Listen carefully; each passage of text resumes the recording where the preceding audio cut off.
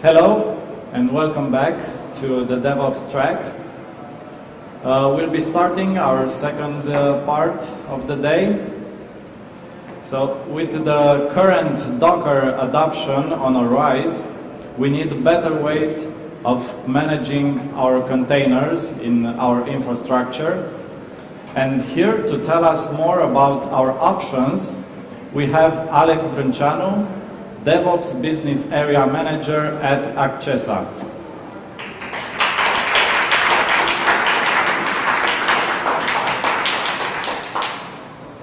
Hello. Hi everyone, thank you for joining. I'm Alex, I will have a short introduction in a minute. Today I'd like to show a comparison between a few different container orchestration platforms, mainly for enterprise but also in open source, because I've heard a lot of people talking about, hey, how do we manage our container infrastructure? Basically we have cloud providers, right? We have on-premise, we have our own laptops, we have workstations that sit under a desk somewhere. And we play with all of these different types of infrastructure solutions. And basically, we need a way to get control over the containers that we have, over the continuous delivery, over the images that we provision in production, over how we build everything, and everything gets more complicated as you add more infrastructure. So now if you work on Amazon, or if you choose Azure, or if you choose Google Cloud, things get a little bit more complicated, right? You have multiple accounts, you have multiple clusters, you have multiple load balancers, you have a lot of connections, a lot of VPN connections that you need to go through from your own laptop, and basically it just adds a lot of management effort from your side. Basically, operations time that you could use for something else. Now, I wanted to take a look at a few different platforms to see what each platform provides, and not necessarily to have a dedicated use case that I would test over all the platforms. I wanted to see what each platform can offer, what the pricing model is, if there is a pricing model, and try to compare them and help, well, basically provide some information for users to make a more conscious decision on what they would use or what they would try to manage all the clusters in a containerized environment, or multiple containerized environments. So this was the quick introduction. We will take a look at a few platforms, mainly 4 platforms that will be that I've compared over the past few days. 2 of them are enterprise. You can buy them, you can buy licenses for them. The good thing is that you can also try out with a trial license for 30 days, and one of them actually offers online trials. You can just click and they'll provision the infrastructure for you. And 2 others are open source, but they also have enterprise editions. So we'll go through them one by one. We'll quickly take a look at the interface, just a few screenshots. If you want, I can also show you after the presentation, or when you have some time, hands-on in each of these platforms. And you can take a look, have a feeling of how it is to work with the platform. And we'll take a look at pros and cons, and hopefully we'll bring up a productive discussions, and I hope to have as many questions as possible, and if I can, I will answer them. If not, then we'll take them offline. Okay, my name is Alex. I work for Accessa. I'm in operations field for roughly 10 years. I've been working with a lot of Linux and Unix machines, and recently with a lot of cloud providers, but mainly Amazon. I'm a big fan of Amazon. Just out of curiosity, how many of you use cloud providers today at work? Okay, so quite a bunch of people, right? And how many of you have heard of Docker and used Docker, actually? A lot more. Perfect. Cool. Today we will focus more on the Kubernetes clusters. And Kubernetes, also known as K8s, you will see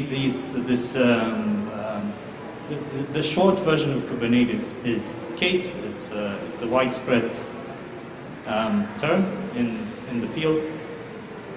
And yeah, so let's get started. A few years ago, there was Docker that appeared. Okay, Docker was based on a few different other technologies, but anyway, they tried to resolve a lot of problems with complex infrastructure and how to build an application with all the dependencies that it has and push it into any kind of infrastructure. You all know that for Docker, right? Yes, of course you do. Then there was Kubernetes. People needed a way to manage multiple Docker nodes and Docker workloads and to split traffic between the nodes and do basically have a dynamic infrastructure and which allows them to make more optimizations in terms of resource usage, which in turn goes to cost optimizations. We will see that later in most of the platforms. They already have resource optimization. In the meantime, there have been a few more orchestrated platforms such as Nomad, such as Marathon, but today we will focus on Kubernetes. You can try each of these out. I've put them on a slide if you want to Google them quickly. Hopefully not now, maybe after the presentation. But yeah, they're here. You'll get the presentation as well. Okay, so today we will focus on Docker Enterprise Edition, which is made by Docker themselves. We will focus on Red Hat OpenShift Container Platform, which is a platform that is supposed to handle your a cluster, which is either in a cloud or on-premise or in a hybrid environment. We will also take a quick look at DCOS from Mesosphere, which is open source. They also have an Enterprise Edition. And DCOS, to my surprise, is amazing. It's a huge beast, don't get me wrong. It's very big, it's very complex, but also very easy to install, for a trial version anyway. And it can manage a whole lot of infrastructure. You can actually deploy multiple Kubernetes clusters on it, or multiple Docker Swarm clusters on it, just by the click of a button. And we'll see that in the interface a little bit later. Then we'll also take a look at Rancher. Rancher is a very widespread open source Kubernetes cluster management platform. It's only for Kubernetes, nothing else. And it has gained a lot of momentum in the past year. It's really powerful. It integrates with a lot of tools, basically anything you can think of. And it's free. I mean, what more can you want? Yeah, maybe you want enterprise support. All right, let's take a look at Docker. First one on the list, Docker Enterprise Edition. This is how the interface looks like. It's you can try it out on their website. Just go to docker.com or search for Docker Enterprise on Google and click a button to get a trial for 12 hours. After these 12 hours have expired, you can get a 30-day trial license, or you can just get another 12 hours on the same account. So you can try it yourself, or we can try it after the presentation. Basically, it's a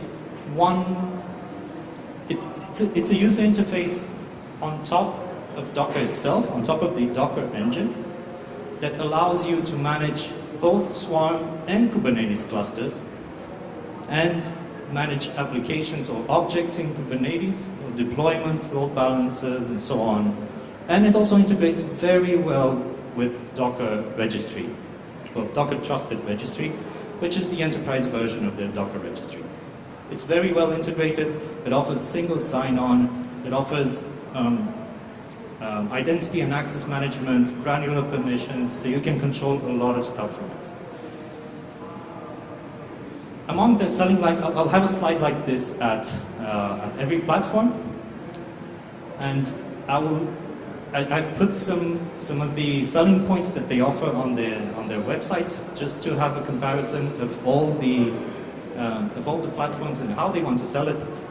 Basically, for Docker Enterprise, they put a lot of focus on security. So in the platform, they have a built-in security scanning module, which means that every time you push an image, they scan it for vulnerabilities, and they scan every single layer of it, and they look at all the dependencies, and it shows you very nicely where the vulnerabilities are, and it shows you with the CVE ID, which you can check out, and then you can patch your image, and you can control how that image gets into production, if it gets into production. Basically, you have also like a continuous delivery pipeline, which is great, especially for companies who have a lot of accent on security. You could use this very well, and it can integrate with a lot of tools based on their API. It can generate events. You can hook up. You can put webhooks on it, so that you can easily control better how your image is pushed from one repository into another. They also say to have freedom of choice, which means that you're not locked into a single kind of environment. They don't ask you to install Docker Enterprise on a single OS. We'll see that later in OpenShift, how they do that, or how they don't do that. And you can integrate Docker Enterprise with Amazon quite well, I'd say. And the only problem is that they don't really offer you a CloudFormation template for Amazon, and you have to install it manually, if you want to install it manually. But they do offer a Terraform structure of templates, which you can use, but then that's a little bit more complicated to configure. But it's all right, we're all IT people here, right? We all know how to do that. All right. As part of the Enterprise Edition, you also have agile operations. You have a lot of automation inside the platform. Access policies, governance, and so on. It is pretty much flexible, and it's the only platform that allows you to manage Swarm and Kubernetes at the same time. Now, I'll be honest here. I don't know how many of you will use Swarm, because I think it will. I think Kubernetes will gain more and more momentum, and Swarm will gradually be less adopted. Yeah. How many of you have used Swarm? Okay, a few people. That's good. Did you like it? Yeah? No? All right. The thing with Swarm is it's easy to set up. It's easy to use. Basically, it's just one single command, Docker Swarm init, and then you have your cluster is up. But it's not so widespread, and Kubernetes has gained a lot more support from many different companies, especially from Red Hat and from Google, which Google built Kubernetes. All right. Down at the bottom of the key, you have like an architectural overview, a very brief one of how Docker Enterprise is set up as a platform. It does integrate storage, but we'll see that later. How it does storage, it's not the most flexible one, but I think they're working on it. In the future, I believe Docker Enterprise will be a very good choice if they develop it in a more flexible way, and if they integrate it with multiple tools. Some of the features that I loved while testing this was the ability to support both Swarm and Kubernetes clusters. The only downside of this is that you cannot use an existing cluster, so you have to create a new one. But if that's okay if you don't have any kind of cluster management solution. It's very easy to set up. It's very easy to install. It's basically just a few packages that you need to put up, and you need to install, and then Docker Enterprise is running. Of course, if you want to have high availability and so on, then yes, there's a lot more work to do. But for a trial version, I don't think you want that. But anyway, they give you Terraform templates to use in Amazon, and they also offer you templates for Azure, if you want to use Azure, if you're an Azure user, which helps a lot in provisioning the platform itself with all the components, and everything is integrated in it. That's quite an important consideration, and we'll see at the end of the presentation that it's one of the points that you should consider when you adopt a new platform. I like that it had security scanning integrated in the platform and in the registry. It's an amazing feature. Also, as soon as you log in, you immediately know what you have to do because everything is neatly organized. The interface is clean and uncluttered, and you can find your way around very easily. Also, you can install it on multiple cloud providers and a few other features as well. If we take a look at pros and cons, I'm not sure if you can see that. Probably not. I'll just read it. As pros, well, I'll just mention a few of the top ones that I liked. You can configure the cluster using the web UI. It has LDAP support, so you can integrate it with your Active Directory inside your company if you want to, or you can integrate it with another identity provider, but that's a little bit more complicated, but you can do that. It has governance, meaning that everything that you do in the platform and in the registry is controlled, and you can have a better overview of what goes into production, who did what and when, which is great for a containerized environment. It's very extensible using the different APIs for Swarm, for Docker itself, and for Kubernetes. You can also use the classic kubectl command, or to control the networking inside Kubernetes using Calico. And I like that it supports external storage providers in the registry. So basically, when you log into the registry and you want to push your images somewhere, let's say you have a lot of images and in 1 month you generate over 10 gigabytes of images. And that's actually not so much. But anyway, you can configure multiple storage providers such as Amazon or Google, or quite a lot of them, or even local storage providers using NFS.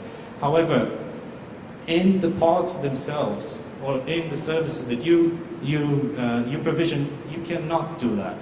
That's one of the downsides of Docker Enterprise Edition. So you cannot use block storage for Amazon, for example. You need to have a mounted NFS somewhere inside your cluster and use that one.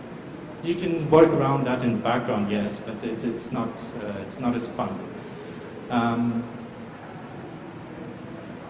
It cannot manage existing clusters, so you won't be able to do that. And it has no centralized logging capability. You also need to work around that if you want to have centralized logging in different environments. And it has a rather not so flexible payment model where you pay per node per month. Per node means each Docker engine. Now, if you have a very dynamic environment and you spin off nodes every other week, let's say that this week you spin off 5,000 nodes, but next week you only need 1,000. What happens with the licenses? You need to pay for 5,000 that month. That's not very good. So maybe Docker will figure this out. I'm sure they will, because in today's environments you cannot afford to do that, especially with cloud providers where some of them have pay per second and not pay per month. But yeah. So these are basically the most visible pros and cons that I've noticed in Docker Enterprise. You can ask me if you want to know something. If I can answer, I will. If not, we can move on, or just post your questions in the app, and I'll answer them at the end of the presentation. Okay, moving on to OpenShift. I've installed OpenShift on Amazon. The good part of this is that OpenShift provides a a CloudFormation template that allows you to install a highly available, production-ready OpenShift cluster. You can manage the number of nodes and so on. And it provisions quite fast. I think it takes about 30 minutes or something like that, 30 minutes, 45 minutes to provision the entire cluster. Right, it's not as fast as 5 minutes with others, but still, OpenShift is quite complicated in terms of architecture and number of components. I've just posted a few screenshots from the user interface. I can tell you that the user interface is only for developers, it's not for administrative users. To maintain and operate from an administrative point of view, you need to log into, you need to have access to the CLI and learn the CLI. That's not the easiest thing, and the learning curve might be a bit steep here, but it does offer a lot of flexibility. OpenShift was first released in 2011, so it's one of the most mature container management platforms on the market, if not the most. They advertise with on-demand infrastructure. Basically, you can create your own nodes from OpenShift in multiple cloud providers. You can use Amazon, you can use Azure, you can use Google Cloud, you can use OpenStack, you can use whatever you want, wherever you have access to. It has built-in automation, and it has a very good integration with Jenkins. We'll see that a bit later. It also has support for pipelines from Jenkins. So basically you have a job in Jenkins and you use the Groovy DSL and you can build your pipelines in Jenkins. They will appear graphically in OpenShift and you can see them very nicely. You can trigger new jobs, and it's overall a very deep integration with Jenkins. It's nothing like I've ever seen in any other platform. And one of the best parts is that it offers an application catalog and a service catalog. Basically, you can provision like Amazon load balancers, or you can provision queues in Amazon from the web UI itself. And you can have multiple dependencies, such as different components. You can use a Kafka, an Nginx, and whatever Java application you want. Just put them all together from the web interface and just launch them. It's a click of a button. It's very easy.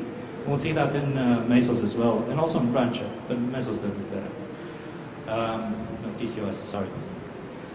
So, it's also very updated with Kubernetes. Right now it runs, I've tested version 3.9 of the OpenShift container platform. It's the latest version, and it comes with Kubernetes 1.8. Their philosophy is always to stay behind with one release of Kubernetes, but that's an intentional decision because they want to fix bugs before they provide a reliable service to customers. They Red Hat. Also, it's quite expensive. But yeah, as an architectural overview, it can become very complicated and it can be very overwhelming when you start working with it. So I think it's best just to try it out, see how it works, play around with the console, with the CLI, integrate it with multiple providers, and just play around and see how it is. And then, if you like it, buy it. But to get a grasp of all the architecture and all the components that it has, this is a very rough overview. It's taken from their own documentation, which is very comprehensive. And you can find a lot of online resources about OpenShift. There's a big community around it, especially because it has also an open source version. It's not as advanced as this one, but it exists. Right. One of the features I loved was, again, the Jenkins pipelines, which you can write your pipelines in Jenkins. At Accessa, we already do that, but we're not integrated with OpenShift. We don't have OpenShift, but we do have pipelines in Jenkins. And I think it would be a very good graphical view to see how an image could be deployed in different environments, basically in different projects in OpenShift, and control the delivery pipeline from the interface itself. I love that it's very easy to set up a project. The project means any kind of application that you want.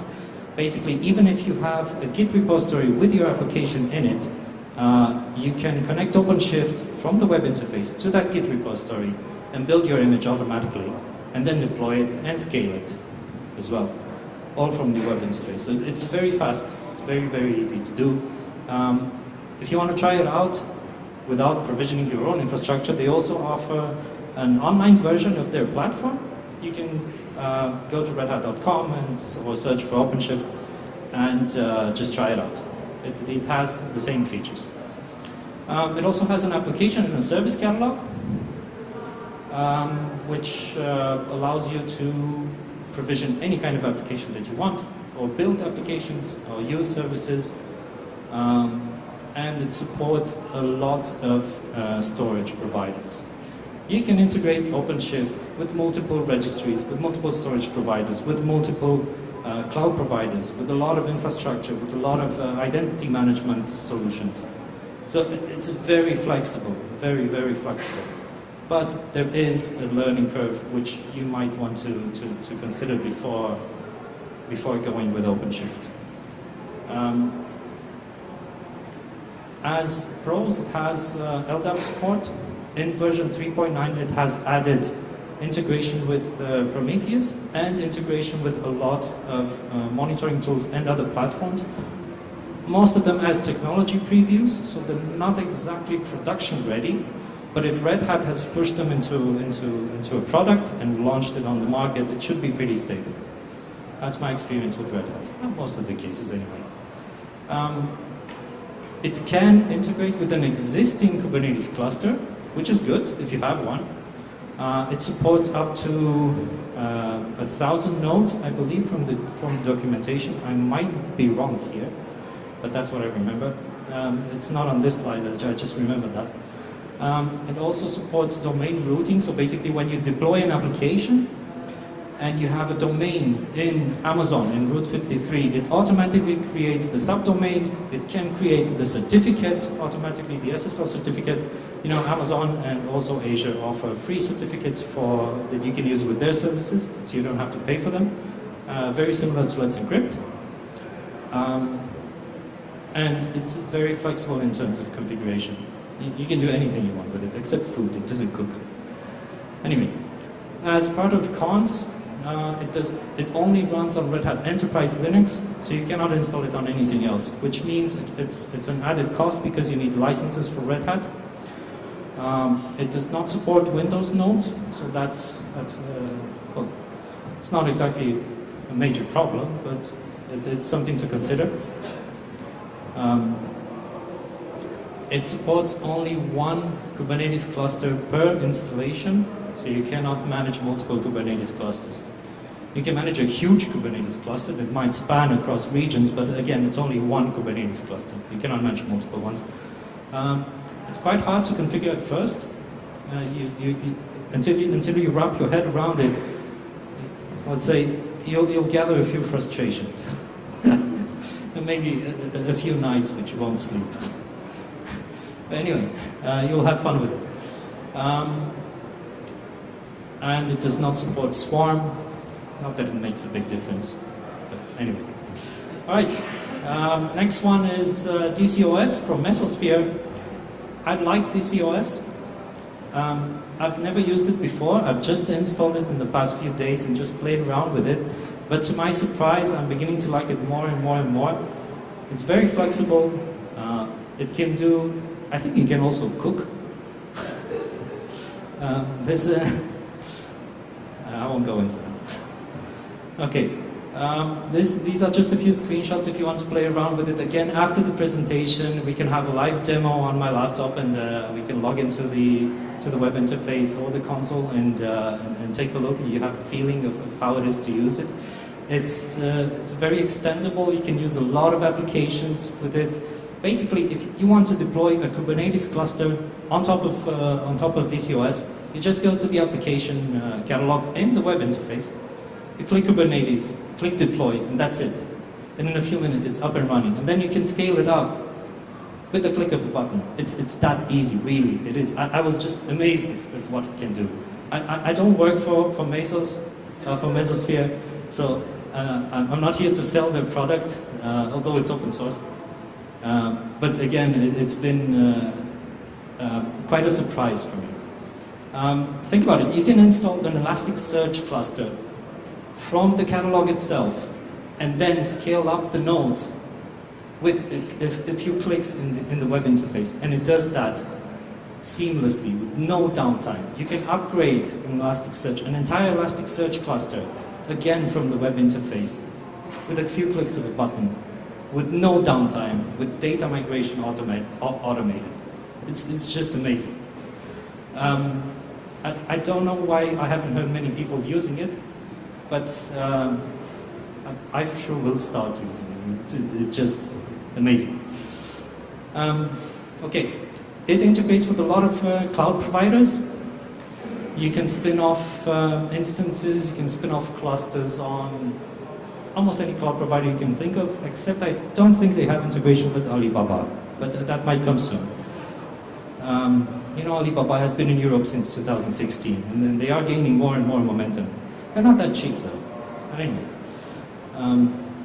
I don't think they're that bad either. They're not like typical Chinese products. Okay, it has what they call it intelligent resourcing, which means that they optimize the resources that you use with the services that you provision in the existing clusters, which means that you can basically reduce your costs dramatically. Let's say that you want to install, again, I'll give the Elasticsearch example. You need to install 10 nodes of Elasticsearch in a classical infrastructure, right? You need one instance for each one. Now, then you lose a lot of memory as well. DCOS can do that and install two nodes, two Elasticsearch nodes on the same VM or on the same instance, and reduce the workload, and put Kibana on top of that, and put Logstash on top of that as well.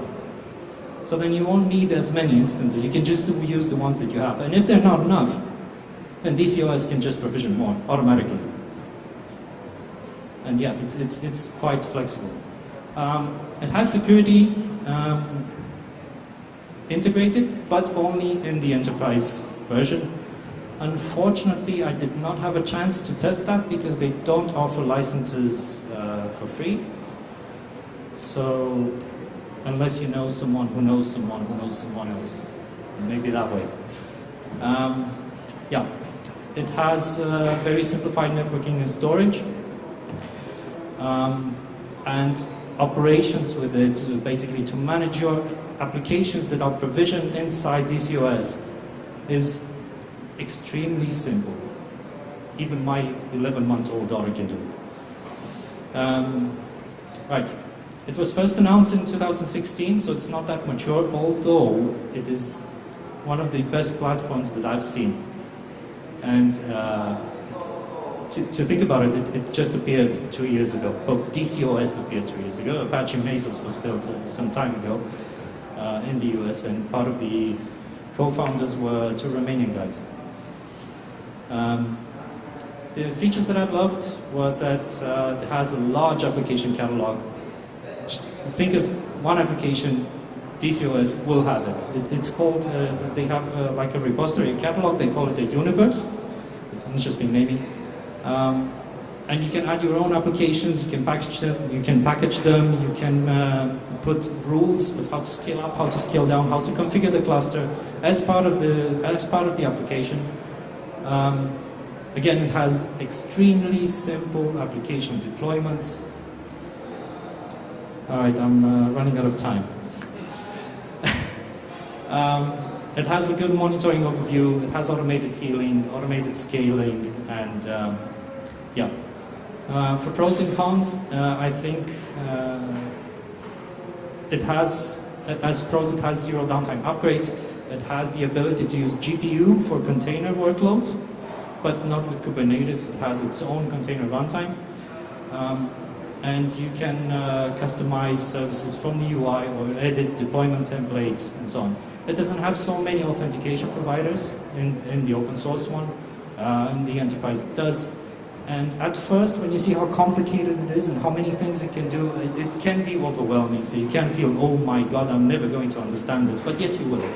It's not that complicated. Again, the pricing model is per node, per month, which is not the most flexible one, but I think they're open to discussion.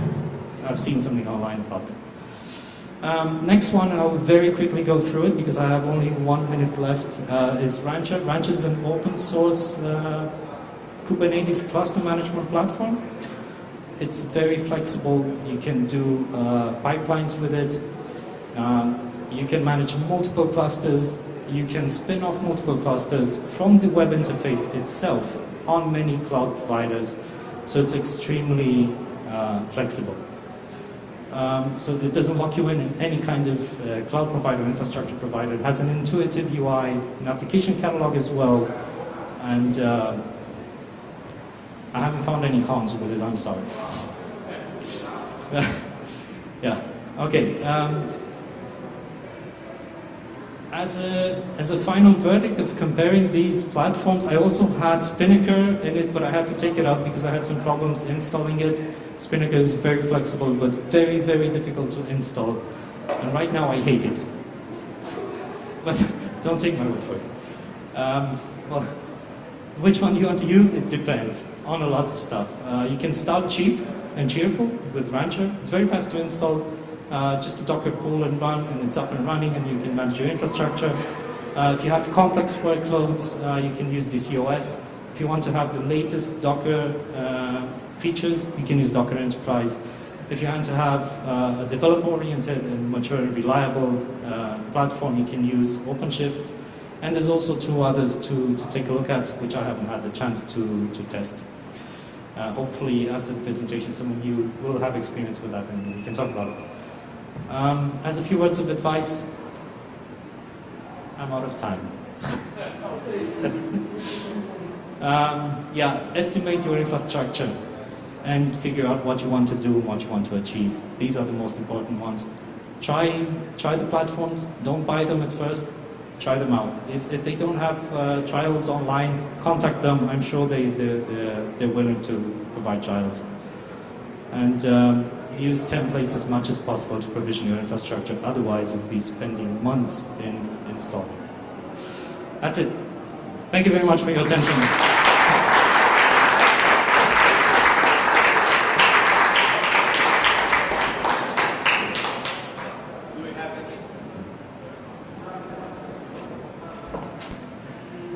Do we have any questions for Alex from the audience?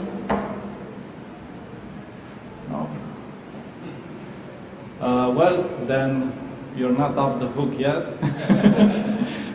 One small addition, I know DCOS can deploy both to the cloud and to on-premise actually, and can manage that, Yep. right? Okay, and one question, in Docker Enterprise, can you also add private repos, Docker repos? Do you know? Yes, you can. You can integrate multiple Docker registries in it. Okay. From the CLI only, not from the web interface. Cool. Thank you, Alex. Thank you.